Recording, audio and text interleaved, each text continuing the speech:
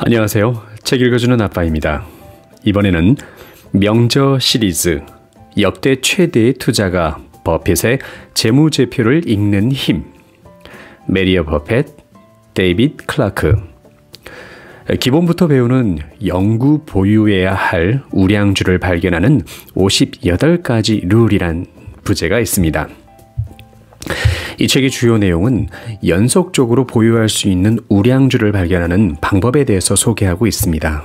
결국은 투자를 한다라고 한다면 단기로 사고 팔기보다는 장기 보유함으로써 큰 성과를 얻는 방법이 개인 투자자에게 있어서는 가장 좋은 방법이라고 생각했기 때문에 연속적으로 보유할 수 있는 특징을 배울 수 있는 한 권의 책이라고 생각합니다.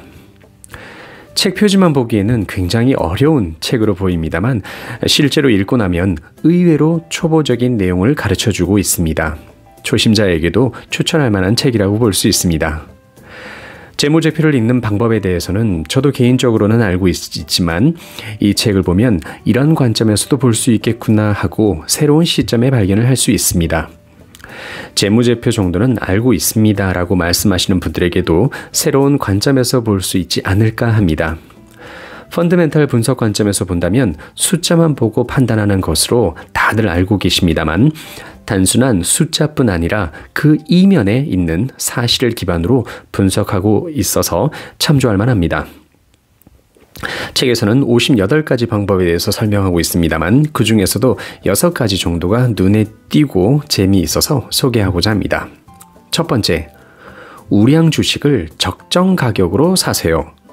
이 내용은 룰 넘버 3에 해당이 되는데요. 영구적으로 경쟁력 우위를 가지고 있는 기업에 투자하는 것은 적중률 100% 예언에 의해서 결정된다입니다. 상당히 자신만만한 말입니다만 그저 그런 회사의 주식을 사고 파는 것이 아니라 위대한 회사를 적정 가격으로 산다면 확실하게 장기적으로 리턴을 얻을 수 있습니다라는 생각입니다. 워런 버핏의 오른팔이라고 불리우는 찰리 멍거가 버핏에게 지속적으로 얘기를 했다고 합니다. 이 말은 버핏의 책에 여러 번 등장할 정도로 공통되는 말로 정말로 중요한 말이라고 생각합니다. 이런 말이 나온 경위에 대해서는 원래 워런 버핏의 젊은 시절에 증권 분석의 아버지라고 불리우는 벤저민 그레이엄을 스승으로 해서 기초부터 배웠다고 하며 벤저민 그레이엄의 근간이 바로 가치 투자입니다. 그는 전 세계 공황을 경험한 사람으로 리먼 쇼크는 아무것도 아닐 정도로 대폭락을 경험한 사람입니다. 그는 지킴을 기본으로 중요시하고 있습니다. 그 결과 가치 투자로 싼 주식을 사는 방법이 있습니다만 그 방법에도 약점은 있어서 과소평가된 주식의 대부분은 과소평가 상태 그대로 추이를 보인다는 겁니다. 과소평가받은 주식은 언젠가는 평가를 받는다고는 하지만 그 과소평가 기간이 엄청나게 길어질 수 있다는 겁니다. 두 번째 약점은 그레이엄의 원칙은 50%의 룰이 있어서 현재 가격에서 50% 상승하면 매각한다는 기준입니다. 그러나 매각 후에 엄청나게 상승하는 경우도 많았다는 겁니다. 아깝죠? 그 뒤로 찰리 멍거가 얘기했듯 위대한 기업의 주식을 적정 가격에 산다라는 쪽으로 변화되었다라고 보면 될 것 같습니다. 이 생각을 이 책에서는 상당히 중요하게 생각하고 있습니다. 자, 그렇다면 본서에서 얘기하는 이른바 슈퍼스타 종목이란 어떤 특징이 있는지 알아봅시다. 어떤 종목에서 영속적 경쟁 우위에 따른 독점적 상태로부터 은혜를 받고 있는 것인지 이런 종목을 장기적으로 보유하라라고 얘기를 합니다. 이 슈퍼스타 종목에는 3가지 타입이 있다고 합니다. 하나, 다른 곳에서는 없는 유니크한 제품을 판매하고 있다. 둘, 다른 곳에서는 없는 유니크한 서비스를 판매하고 있다. 셋, 일반 대중으로부터 안정적인 수요가 있는 제품이나 서비스를 저코스트로 만들어서 저코스트로 판매하고 있다. 예를 들자면 코카콜라나 P&G 등입니다. 버핏이 좋아하는 종목들이죠. 이처럼 영속적 경쟁 우위 기업들의 재무제표를 보면서 찾아내는 방법을 50가지 관점에서 바라보자라는 내용으로 되어 있는 겁니다. 두 번째, 이익률이 높은 이유. 룰 넘버 11. 영속적 경쟁 우위성을 가진 기업은 높은 이익률을 나타내는 경향이 있습니다. 예를 들어 손익계산서상에 매출액이 있고 그 매출액에서 매출 원가를 뺀 것을 총이익률이 됩니다. 이처럼 영속적 경쟁 우위에 있는 기업들은 대부분 이렇게 이익률이 높은 경향을 보인다는 겁니다.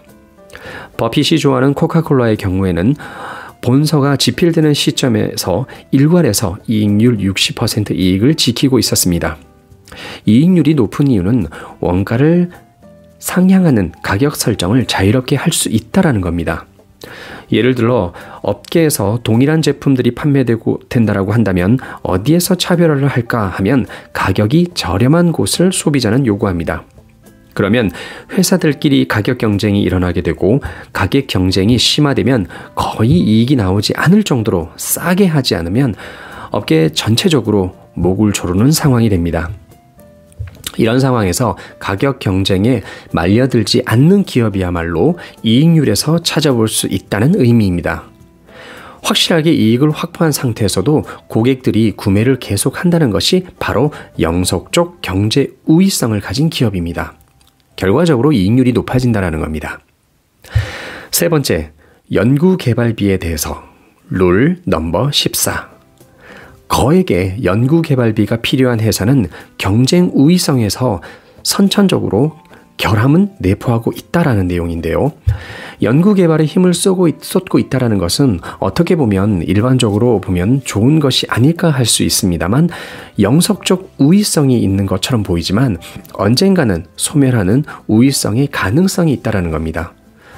특허나 선진 기술을 근간으로 하는 일시적 우위성일 가능성이 많다라는 것이죠. 버핏이 좋아하는 무디스, 코카콜라는 이런 부분에 있어서 제로라는 겁니다. 분명 특허가 있거나 선진 기술이 있다라는 것은 그 당시에는 좋을 줄 모르겠습니다만 본서의 컨셉은 영속적 우위성이 있고 장기로 계속해서 결과를 남기는 기업을 대상으로 하고 있기 때문에 이런 기술적인 경쟁을 앞으로도 하지 않으면 안 되는 기업이라면 과연 영속적 우위성 면에서 보면 의문이 생긴다는 겁니다. 특허 기간이 만료되거나 다른 기업이 새로운 선진 기술을 개발했다라고 한다면 장기적인 입장에서 보면 충분히 있을 수 있는 일이기 때문입니다. 단기적으로는 좋겠지만 영속적인 부분에서면 약간의 의문이 든다라는 내용입니다. 네 번째, 외상 매출금이 적을 것. 룰 넘버 27. 굉장히 중요한 내용입니다. 총 매출액에서 점유하는 외상 매출금의 비율이 일관해서 타사보다 낮은 기업은 어느 정도 경쟁 우위성을 가지고 있을 가능성이 높습니다. 먼저 외상 매출금이란 무엇인지에 대해서 알아보죠. 이 책은 재무제표를 초보자들도 이해할 수 있을 정도로 설명을 하고 있습니다.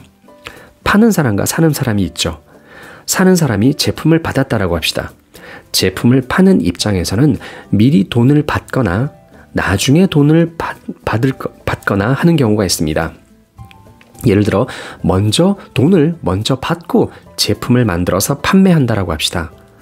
또 다른 경우에는 제품 먼저 주고 돈은 나중에 주셔도 됩니다 하는 경우도 있습니다. 30일 후나 수개월 후에 돈을 지불해도 된다라고 합시다. 이런 경우 장부상에 제품은 없는데 돈이 들어오지 않았기 때문에 장부상 차이가 발생하게 됩니다. 그래서 장부상의 차이를 없애기 위해서 항목상에 외상 매출금이 있는 겁니다. 파는 입장에서는 기업마다 어느 쪽을 선택하든 경우는 있다라는 건데요. 그러나 사는 입장에서는 돈을 나중에 주는 쪽이 자금 관리 면에서 유리하다라는 겁니다. 물론 나중에 다 돈을 받는 것이 비즈니스의 기본입니다만 경우에 따라서는 돈을 지불하는 회사의 자금 사정이 어렵거나 도산하는 경우도 있습니다. 나중에 돈을 지불해도 되는 회사를 볼 때 이 기업이 매력적인 기업인가 아닌가 하는 입장에서 보면 매력적이지 않다라는 겁니다. 이처럼 미리 돈을 지불하고 물건 판매를 잘하는 회사가 경쟁 우위성을 가지고 있을 가능성이 높다라는 거죠.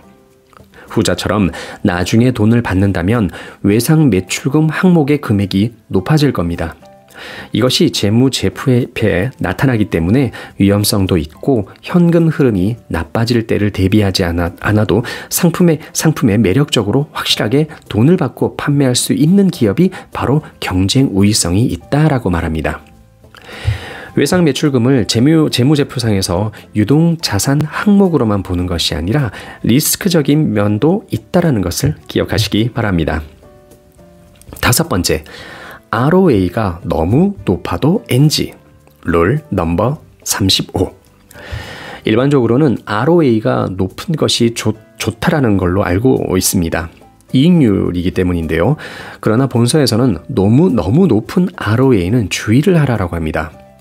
너무 높은 총자산 이익률은 경쟁 우위성의 취약함을 나타내는 경우가 있다라는 건데요. 왜일까요? 이익률이 높으면 우위성이 좋은 것 아닌가요? 왜 취약하다고 생각할 수 있는 걸까요?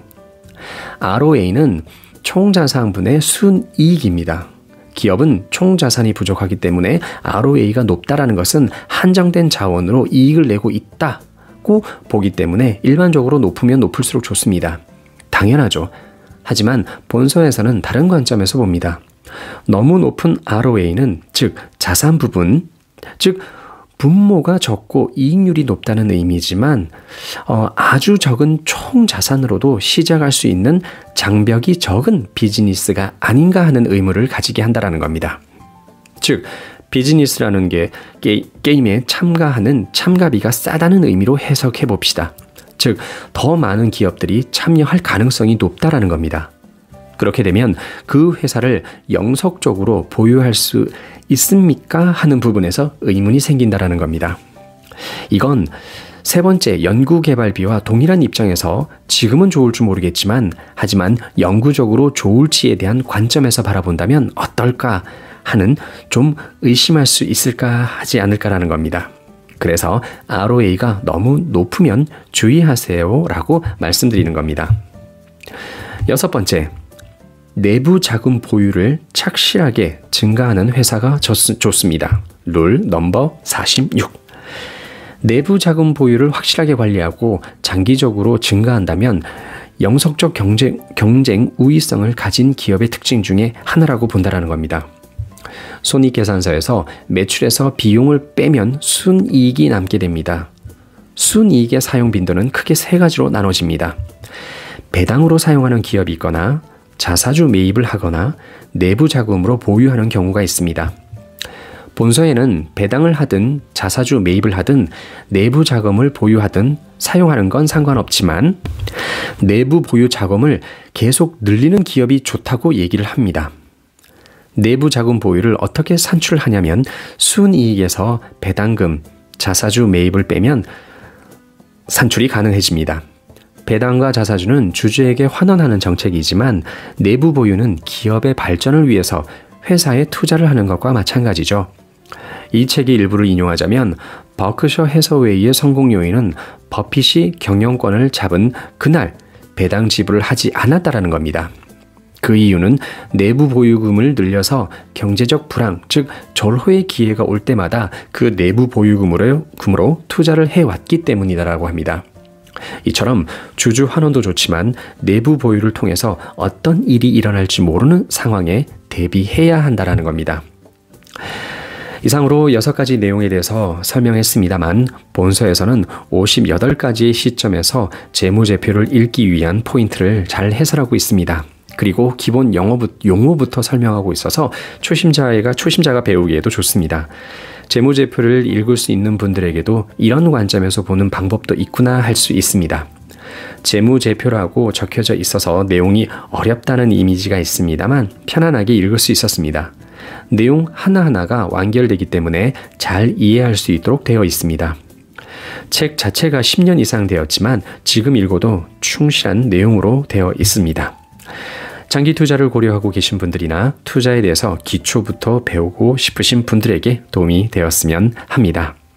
감사합니다. 구독과 좋아요도 부탁드립니다.